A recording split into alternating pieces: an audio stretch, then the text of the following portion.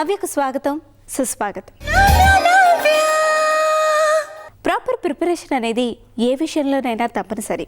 అలాగే మొక్కలు నాటే విషయంలో కూడా. ఉదాహరణకి మీ గార్డెన్లో లేకపోతే మీ ఇంటి ఏరియాలో మీరు మొక్కలు నాటాలి అని అనుకుంటున్నప్పుడు 1-2-3 సార్లు ఆ ఏరియాని గుల్ల చేసుకొని రెడీగా పెట్టుకోవడం ఎంతైనా అవసరం. అలాగే దాని చుట్టూతా సర్ఫేస్ అంతా కూడా క్లీన్గా ఉంచుకోవాలి. రాళ్ళు రప్పలు ఇవన్నీ మొక్కలు నాటే ఏరియాలో దరిచేరకుండా ఉండాలి. ఎందుకంటే రూట్స్ ఎంత బాగా సాయిల్లో ఇంకితే మొక్కలు అంత బాగా ఎదుగుతాయి. హిందూ వివాహ చట్టానికి సంబంధించి రీసెంట్గా జరిగిన సర్వేలో భాగంగా వైవాహిక జీవితంలో తేరుకోలేనంతగా దెబ్బతిన్న వారు ఆ యొక్క బంధాన్ని తిరిగి కొనసాగించడం సరికాదు అని వాళ్ళు అభిప్రాయపడుతున్నారు. ఎందుకంటే జీవితం ఎంతో చిన్నది. ఇలాంటి చిన్న జీవితంలో బాధాకరమైన సంఘటనలు ఒకే బంధంలో ఎక్కువగా ఉన్నట్టయితే ఆ బంధాన్ని కొనసాగించడంలో అర్థమే లేదంటున్నారు. దీనిపై చట్టం కూడా పట్టనట్టు ఉండకూడదు అని వారు అభిప్రాయపడుతున్నారు.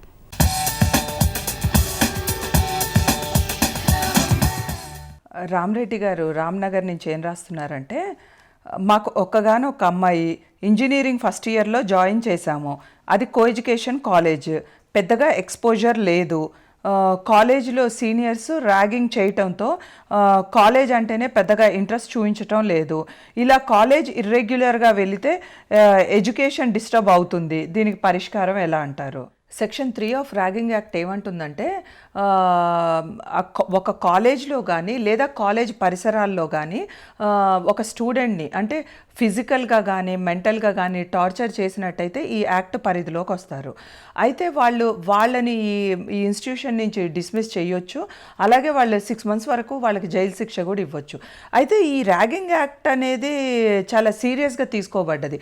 అంతకుముందేంది యాక్ట్ ర్యాగింగ్ చేస్తున్నారు అని చూపించేవాళ్ళు. ఈ మధ్యకాలంలో మొన్న విజయవాడ కోర్టు జడ్జిమెంట్ అయితే ఏంటి, లేదా high court judgement, recent high court judgements అయితే ఏంది, చాలా సివియర్గా చూపిస్తూ ఉన్నారు. అంటే ఈవెన్ ఈ ఛానల్ పబ్లిసిటీస్ కూడా కొంచెం బాగా చూపిస్తున్నారు. అంటే దీనివల్ల ఏమవుతుందంటే ఈ ర్యాగింగ్ అనేది కొంచెం తగ్గిపోతూ ఉంటుంది. మీరు చెప్పిన దాన్ని బట్టి ఏంటంటే మీ అమ్మాయికి పెద్ద ఎక్స్పోజర్ లేదు అన్నారు. అయితే ర్యాగింగ్ చేశారా లేదా అనేది మీరు క్లియర్గా కనుక్కోవాలి. అది ర్యాగింగా లేకపోతే జనరల్గా తను ఆ కో ఎడ్యుకేషన్ అలవాటు ఉందా లేదా, ఇంట్రెస్ట్ ఎందుకు చూపించట్లేదు అనేది మొదటి ఇది. తర్వాత మీరు ఒకవేళ నిజంగానే అది ర్యాగింగ్కి గురై తన అందువల్లే కొంచెం ఇన్ఫీరియారిటీతో ఫీల్ అవుతూ కాలేజ్కి వెళ్ళట్లేదు అంటే మీరు వెంటనే వెళ్ళి ఆ కాలేజ్ ఇన్స్టిట్యూషన్, మీ ఏదైతే కాలేజ్ ఇన్స్టిట్యూషన్ ఉందో అక్కడికి వెళ్ళి మీరు కంప్లైంట్ చేయొచ్చు. ఎందుకంటే ఇవాళ రేపు ఈవెన్ కాలేజెస్లో కూడా చాలా సీరియస్గా తీసుకుంటూ ఉన్నారు. ఆ అకాడమిక్ ఇయర్ స్టార్ట్ అయినప్పుడే చెప్తూ ఉన్నారు ర్యాగింగ్ చెయ్యొద్దు అనేది. ఇంకా దానికి తగ్గట్టు ఈ రీసెంట్గా మాత్రం దాదాపు ఈ ర్యాగింగ్ అనేది చాలా వరకు తగ్గిపోయింది. మీరు అన్నది కనుక ర్యాగింగ్ చేసే అమ్మాయి అలా అయింది అనేది ఫస్ట్ మీరు మీ అమ్మాయి నుంచి కనుక్కోవాలి. తర్వాత మీరు కాలేజీలోకి వెళ్ళి కొంచెం మీ హెడ్ ఆఫ్ ద ఇన్స్టిట్యూషన్తో మాట్లాడితే మీకు అర్థమవుతుంది ఏం చెయ్యాలి అనేది. ర్యాగింగ్ అనేది ఒక సాంప్రదాయం లాగా కాలేజెస్లో స్టార్ట్ అయిపోయింది. అది ఎలా స్టార్ట్ అయిందంటే, ఎవరైతే ఫస్ట్ కాలేజ్లో జాయిన్ అవుతారో వాళ్ళు కొంచెం సీనియర్స్లా ఫీల్ అవుతారు. కొత్తగా వచ్చే వాళ్ళకి ఆ కాలేజ్ పరిసరాలు కానీ వాళ్ళు కానీ ఒకళ్ళకొకళ్ళు ఇంట్రడక్షన్ కోసమని ఆ విధంగా స్టార్ట్ అయింది. అది రోజుకి పెరిగిపోతూ ఉంది.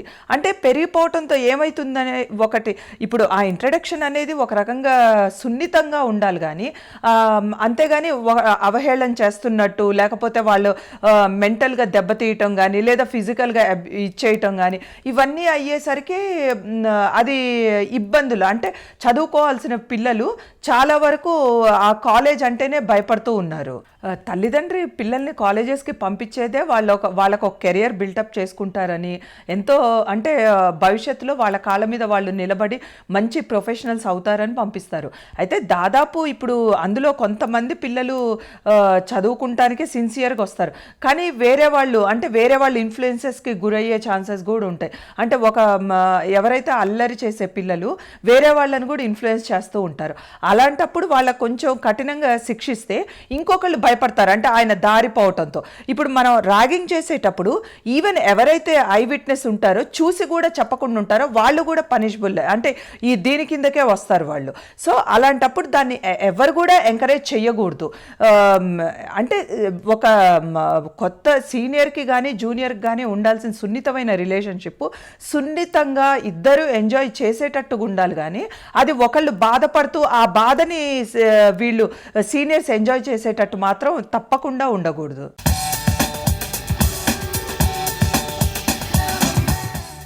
రాజు కరీంనగర్ నుంచి ఏం రాస్తున్నారంటే, మా వాచ్మెన్కి 2 అమ్మాయిలు, పెద్ద అమ్మాయికి 15 సంవత్సరాలు. ఆ అమ్మాయికి మ్యారేజ్ సెటిల్ చేశారు. మా పేరెంట్స్ ఎంత వద్దంటున్నా వినటం లేదు. ఆ అమ్మాయి చాలా మెరిట్ స్టూడెంట్.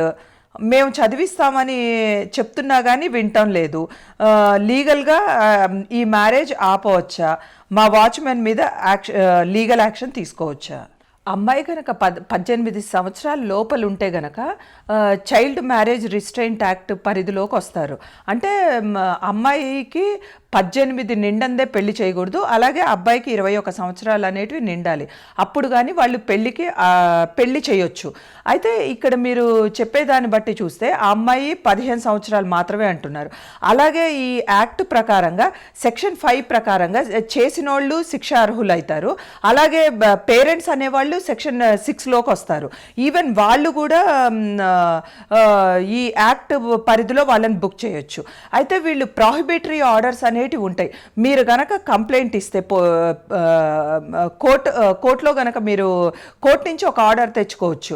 ఎలా అంటే మీరు ప్రాహిబిటరీ ఆర్డర్ అంటారు. అంటే ఈ పెళ్లి జరగకుండా మీరు ఆపగలిగేటట్టు మీరు ఆ ప్రాహిబిటరీ ఆర్డర్ గనక తెచ్చుకుంటే గనక కోర్టు గనక సాటిస్ఫై అయితే ఆర్డర్ ఇష్యూ చేస్తారు. కోర్టుకి పవర్ ఉంటుంది ఇంజంక్షన్ ఇష్యూ చేస్తూ మ్యారేజ్ని ప్రాహిబిట్ చేయడానికి.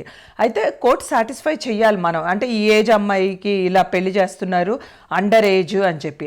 అదొకటి. ఇంకోటి ఏంటంటే వాళ్ళు పెర్ఫామ్ చేసేవాళ్ళు పేరెంట్స్ ఎవరు చేస్తున్నారు అనేది, ఈవెన్ చెయ్యబోతున్నారు అనే ఇది కూడా ఇవ్వచ్చు. పెళ్లి చేసే టైంకే కాదు, ఈవెన్ అవుతుంది అనేది అవ్వబోతుంది అని కూడా మనం ముందుగానే చెప్పొచ్చు. చెప్పినప్పుడు ఆ కోర్ట్ ఆర్డర్స్ ప్రకారంగా వాళ్ళు చేయటానికి వీలు లేదు. అప్పుడు మీరు చెప్పిన ప్రకారం చూస్తే అమ్మాయి మెరిట్ స్టూడెంట్ అని అన్నారు.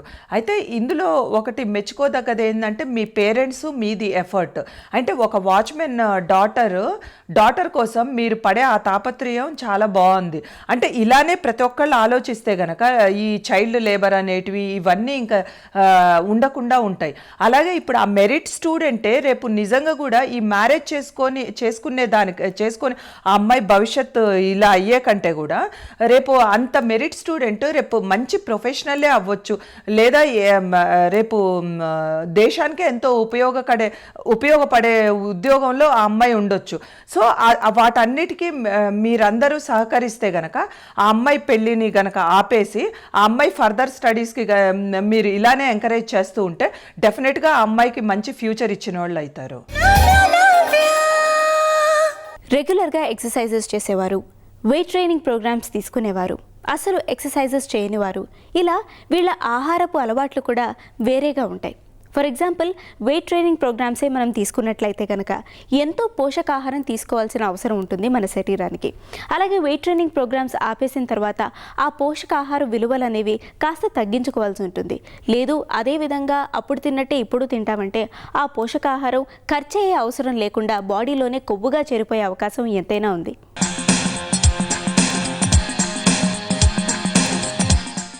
Let's start by warming up our abs, which we are going to work.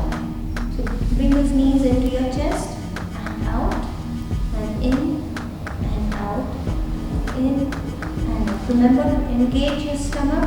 Don't forget to breathe during the whole time. It's 4 and back, 3 and back, 2 and back, and make small circles with the ball. Very tiny so that the ball doesn't go away. And reverse it and relax. Now keep your legs comfortably on the ball at whatever height you are comfortable. As your knees come in, you come up, 4-finger gap between your chin and your chest. You breathe out for pull your abs in, and then when you're relaxing, relax. So it's breathe out and you breathe in. Let's go. That's 8 and down, and 7 and down. It's 6 and down, and 5. Remember to bring your chest towards your knees and let your head be straight, attached to your neck. So there should be no sort of pain in your neck at all. If you have spondylitis, I would suggest that you don't use your neck and you only do the lower part of the body. So this last 4, and it's 3, and last 2 to go, and one last time. Hold it there, feel the abs in. Gently pulse for 8, 7, 6, 5, 4, 3, 2, and relax. Making use of the ball, you can hold the ball on either side, on both sides. Keep your legs as straight as possible. If you're doing it for the first time, you can keep your knees bent. The first stage we do with the knees bent. An advanced person keeps the leg out straight. So let's do the knees bent first. Take it up, hold the ball in your hand. Take your legs down, take the ball up. Again lift your legs, take the ball, and you can bend your knees down. Let's do that again. Take the ball up, and put your legs straight down. Again, hold the ball and bend the knees. Once you're used to it, you can put your legs straight and lift the ball. Hold it in your hands and go down. Again, take it up, ball between your legs and down. 2 more to go. Take it up, take the ball, and again. Last time. Let's do just one last time. It's up, hold the ball, again, up and down. Lifting your legs up, just relax. Take a few breaths, bring your heart rate back to a bit normal and come back. Now to work the obliques in your body, what you're going to do is take one leg up, your right leg up. Now as your left knee comes in, turn and go back. Ready? And you feel it in the side of the obliques.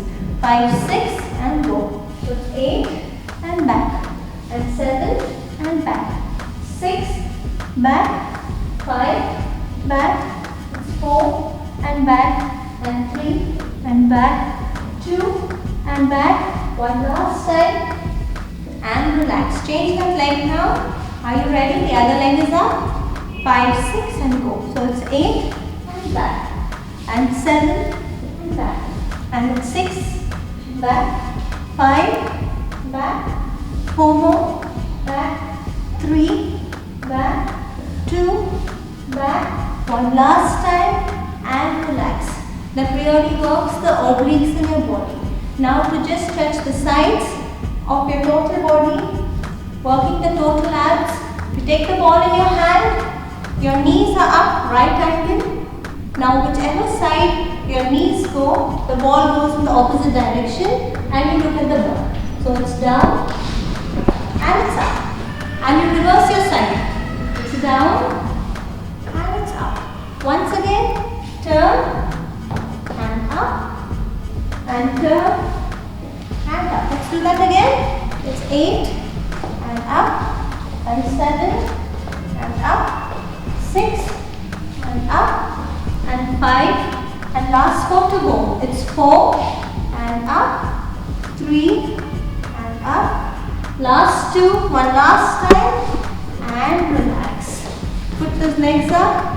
This time you just stretch your abs, point your toes out, pull them up fully, take your hands up, stretch.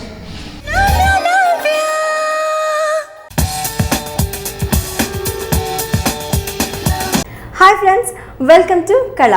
ప్రతిసారి వివిధ రకాల మెటీరియల్స్తో different ఆర్ట్స్ని క్రాఫ్ట్స్ని పరిచయం చేసే మన కళకి మీకందరికీ hearty welcome. మరి ఈరోజు మనతో ఎవరున్నారో తెలుసా? ఎక్స్పర్ట్ శ్రీమతి విజయమోహన్ గారు. మరి వారు ప్రతిసారి మనకి డిఫరెంట్ క్రాఫ్ట్స్ని పరిచయం చేస్తున్నారు కదా. మరి ఈరోజు కూడా సరికొత్త ఐటమ్ ప్రజెంట్ చేస్తానంటున్నారు. అదేంటో వారిని అడిగి తెలుసుకుందాం. హలో విజయమోహన్ గారు. Hello Sheela. How are you?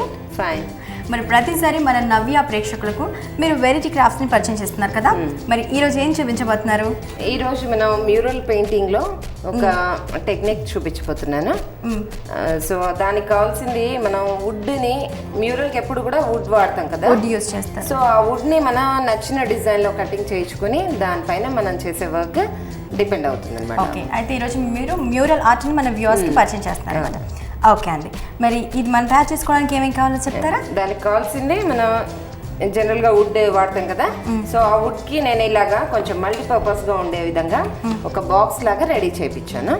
దీనికి క్లే మనం యూజ్ చేస్తున్నాం, ఫ్యాబ్రిక్ కలర్స్, ఫెవికాల్, బ్రషెస్, కొంచెం వాటర్. ఓకే, వాటర్ కూడా మీకు కావాల్సి ఉంటుంది. మరి స్టార్ట్ చేద్దామండి. ఇప్పుడు మనం వుడ్ని ఇలా కట్ చేయించుకున్నాం కదా శిలా, దీనికి మనం క్లే యూజ్ చేస్తున్నాము. ముందుగా మీరు అంటే ఈ చెక్కనంతా కూడా తడిపేసుకోవాలి. కొంచెం ముందు తడుపుతున్నాను, ఎందుకంటే వాటర్ తోటి ఇలా చెక్కని కొంచెం తడి చేస్తే కనుక మనకి మనం పెట్టే క్లే అతుక్కుంటుంది దీనికి. సో ఇలా బాక్స్ మొత్తం మనం కొంచెం తడుపుకున్నాం కదా శిలా, దీనికి ఏం చేస్తామంటే కొంచెంగా ఫెవికాల్ మనం కొంచెం కొంచెం పార్ట్లో మనం పెట్టుకుందాం దీన్ని. ఇలా కొంచెం ఫెవికాల్ అప్లై చేసేసి మొత్తం పెట్టట్లేదు, ఒక హాఫ్ పోర్షన్ వరకు పోర్షన్ మాత్రమే పెడతాం. సో ఈ క్లేని మనం క్లే అంతా కూడా అప్లై చేసేసుకోవాలా? ముందుగా ఫెవికాల్ ఎందుకు పెడుతున్నామంటే క్లే మనకి ఆరిపోయాక మళ్ళీ ఇలా పెచ్లాగా వచ్చేయచ్చు, సో అందుకనే అది అతుక్కునే ఉండే విధంగా ఫెవికాల్ అప్లై చేసుకోవాలి. ఇక్కడ మీరు ఆర్టిస్టిక్ క్లే యూజ్ చేస్తున్నారండి విజయమోహన్ గారు, అలా కాకుండా పిఓపి అంటే ప్లాస్టర్ ఆఫ్ ప్యారిస్ కూడా యూజ్ చేసుకోవచ్చుట. ఇలా బాక్స్ మొత్తంకి ఈ టాప్ అంతా కూడా మనం స్ప్రెడ్ చేసుకోవాలి. ఓన్లీ టాప్ ఏనా అండి? 4 సైడ్స్ మొత్తం కూడా కవర్ చేసుకోవాలి క్లే తోటి. సో ఇలా చేసుకున్నాం కదా శిలా, హాఫ్ పార్ట్ చేసుకున్నాము. ఇప్పుడు దీనిపైన నేను మనం టెక్నిక్ ఏది చేయాలో చూపిస్తాను. 3 పార్ట్స్గా డివైడ్ చేస్తున్నాను. డివైడ్ చేసి దీన్ని ఇలా లైన్స్, ఒక బాక్స్ మొత్తం హారిజాంటల్గా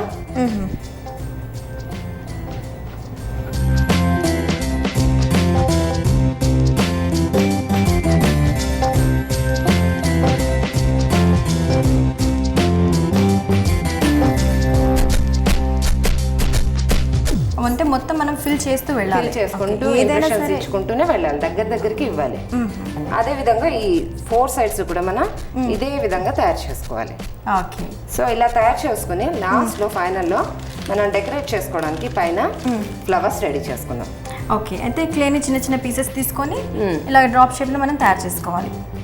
ఇవి ఇప్పుడు మనం ఫ్లవర్ పెటల్స్ లాగా ఫామ్ అవుతాయి అనమాట. ఓకే, సో ఇలా అయిన దానికి 5 or 6 పెటల్స్ని తీసుకొని ఒక ఫ్లవర్ లాగా అరేంజ్ చేసుకోవాలి.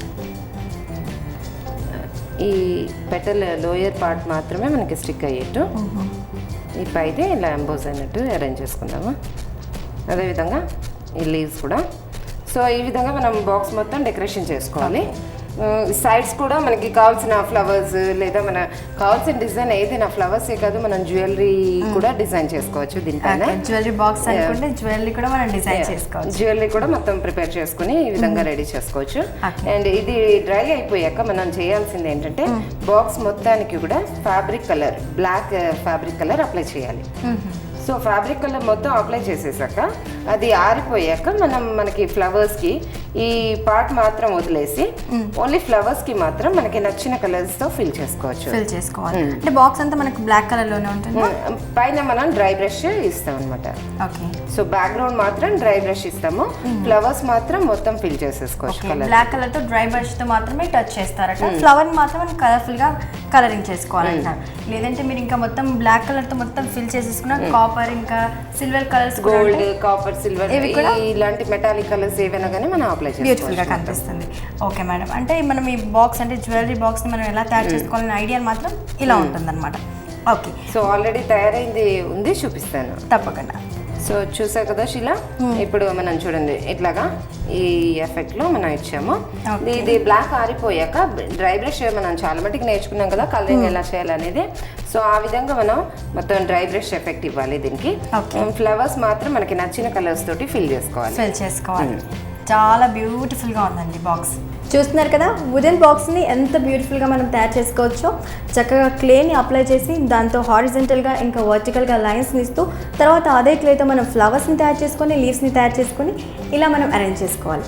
చక్కగా 4 సైడ్స్ అంతా కూడా మీరు ఇలాంటి హారిజెంటల్ ఇంకా వర్టికల్ లైన్స్ని ఇస్తూ ఆ వారిపోయిన తర్వాత మళ్ళీ ఇలా ఫ్లవర్స్ని కూడా అరేంజ్ చేసుకుని పెయింటింగ్ వేసుకుంటే ఇలా బ్యూటిఫుల్ బాక్స్ మీ సొంతం అవుతుంది. సో వ్యూవర్స్ చూసారు కదా, ఈరోజు వుడెన్ బాక్స్ ఇంకా ఆర్టిస్టిక్ క్లేని యూజ్ చేస్తూ బాక్సెస్ని ఎంత అందంగా ప్రిపేర్ చేసుకోవచ్చో ఇలానే మరిన్ని బ్యూటిఫుల్ ఐటమ్స్తో మళ్ళీ మీట్ అవుదాం. Until then have a nice time. Bye bye. ఎరుపు పసుపు కలిసి ఉండే బొప్పాయికాయ తీసుకోవడం వల్ల మన శరీరానికి ఒక విధమైన యాంటీ ఆక్సిడెంట్ అందుతుందట. ఇది ఊపిరితిత్తుల క్యాన్సర్ నుంచి మనల్ని బయటపడేస్తుందంటున్నారు ఎక్స్పర్ట్స్.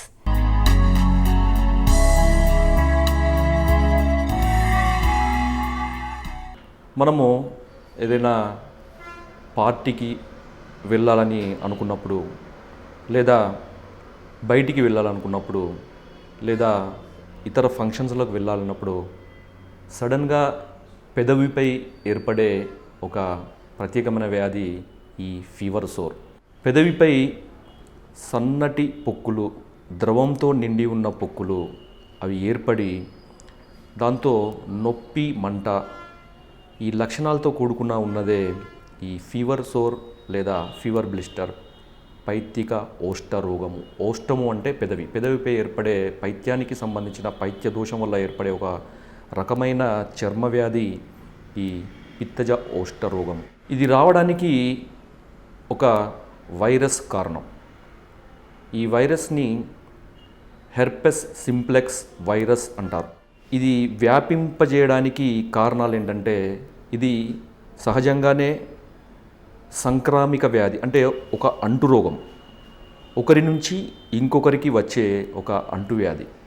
ఈ వ్యాధి ఉన్న వాళ్ళని ముట్టుకోవడం కానీ, లేదా ఎవరికైతే ఈ పెదవి పైన ఈ పుండు ఏర్పడుతుందో ఆ భాగాలను ఇతరులు ముట్టుకోవడం కానీ, ఇతర భాగాలకి టచ్ చేయడం కానీ, లేదా ఈ హెర్పెస్ వ్యాధి ఉన్న వాళ్ళ యొక్క లాలాజలము ఇంకొకరికి తగలడం వల్ల కూడా ఈ వ్యాధి త్వరగా ఒకరి నుంచి ఇంకొకరికి వ్యాపించే లక్షణం ఉంటుంది. కాకపోతే దాని తీవ్రత ఎక్కువగా ఉన్నప్పుడు, ఆ వ్యాధి యొక్క ప్రభావం ఎక్కువగా ఉన్నప్పుడు ఈ వైరస్ యొక్క వ్యాప్తి ఒకరి నుంచి ఇంకొకరికి చాలా వేగంగా వచ్చే అవకాశం ఉంది. అంటే ఈ వ్యాధి యొక్క యాక్టివిటీ, ఆ తీవ్ర రూపం ఎక్కువ ఉన్నప్పుడు ఆ వైరస్ యొక్క సంఖ్య కూడా బాగా పెరిగి ఎక్కువగా ఉండి అది తొందరగా ఇంకొకరి నుంచి ఇంకొకరికి వచ్చే అవకాశం ఉంది. ఈ వ్యాధి తీవ్ర అవస్థ తర్వాత సహజంగానే అది పక్కు కట్టి ఎండిపోయి రాలిపోతుంది. దాంతో ఈ వ్యాధి తగ్గిపోతుంది. అయితే ఇలా తగ్గినప్పటికీ ఆ వైరస్ శరీరంలోనే నిల్వ ఉండి అది శరీరంలోనే పేరుకొని పోయి తరచుగా, అంటే ఫ్రీక్వెంట్గా ఈ వ్యాధి వచ్చే అవకాశాలు ఎక్కువగా ఉంటాయి. దీంట్లో ప్రత్యేకమైన లక్షణము ఇది లేబియాలిస్, అంటే లేబియా అంటే పెదవి, ఓష్టము అనే ఆయుర్వేదం అంటారు. పెదవిపై ఈ వ్యాధి ఎక్కడైనా వచ్చే అవకాశం ఉంది. ముఖ్యంగా ఈ పెదవుల కింది పెదవుల భాగంలో కానీ, పై పెదవుల భాగంలో కానీ, లేదా 2 పెదవులకు పై భాగంలో కానీ, ఈ మూలలో కానీ ఈ వ్యాధి వచ్చే అవకాశం ఉంది.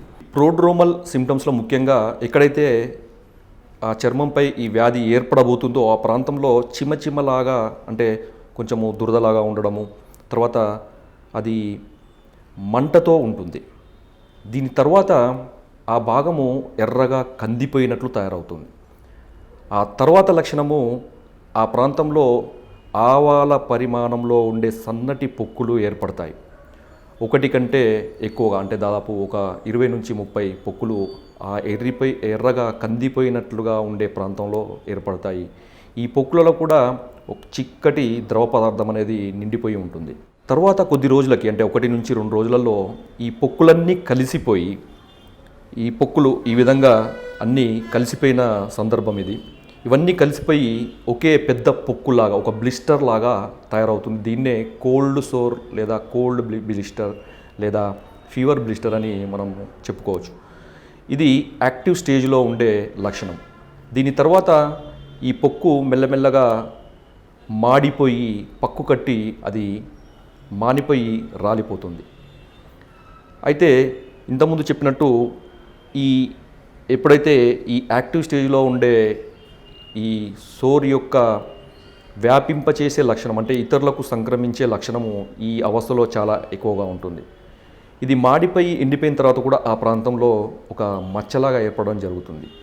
అయితే మనము ఈ మచ్చలాగా ఏర్పడే అవస్థ కంటే ముందు అంటే ఈ బ్లిస్టర్ స్టేజ్లో కనుక కొన్ని రకాల ఆయుర్వేద ఔషధాలను కనుక తీసుకుంటూ ఉంటే ఈ కోల్డ్ సోర్ వల్ల వచ్చే మచ్చలు రాకుండా ఉండడానికి, దాని యొక్క తీవ్రత తగ్గడానికి, దానివల్ల మనకు ఇబ్బంది లేకుండా అంటే నొప్పి, మంట, ఎరుపుదనము, పొక్కులు, దాని నుంచి రసి కారడము, దాంతోపాటుగా ఇది ఇతరులకు వ్యాపింపజేసే ఇలాంటి పరిస్థితులను మనము పూర్తిగా ఆయుర్వేద పద్ధతుల ద్వారా, ఆయుర్వేద ఔషధాల ద్వారా నిరోధించుకునే మనకి వీలుంది. ఆయుర్వేదంలో మనకి చెప్పబడిన ఒక మంచి ఔషధాలు పైకి పూసే తైలాలు. వీటిలో ఈ వైరస్ను చంపే అత్యంత ప్రభావవంతమైన తైలాలు ఒకటి కరంజ తైలము. కరంజ అంటే కానుగ చెట్టు యొక్క విత్తుల నుంచి తీసిన తైలము. అదేవిధంగా నింబ తైలము. నింబ అంటే వేప విత్తుల నుండి తీసిన తైలం. ఈ రెండింటిని సమాన భాగాలుగా గ్రహించి ఎప్పుడైతే మనకి ముందుగా ఒకవేళ పూర్వ రూపాలు అంటే ప్రోడ్రోమల్ సిమ్టమ్స్ ఇంతకుముందు మనం చెప్పినప్పుడు కందినట్లు ఉండడము, అక్కడ మంటగా ఉండడము, చిమచిమలాడినట్టు ఉండడము, ఆ లక్షణాలు గమనించిన వెంటనే ఈ 2 తైలాలను రాస్తే ఆ తర్వాత వచ్చే స్టేజ్ పూర్తిగా రాకుండా ఉంటుంది, నిరోధించబడుతుంది.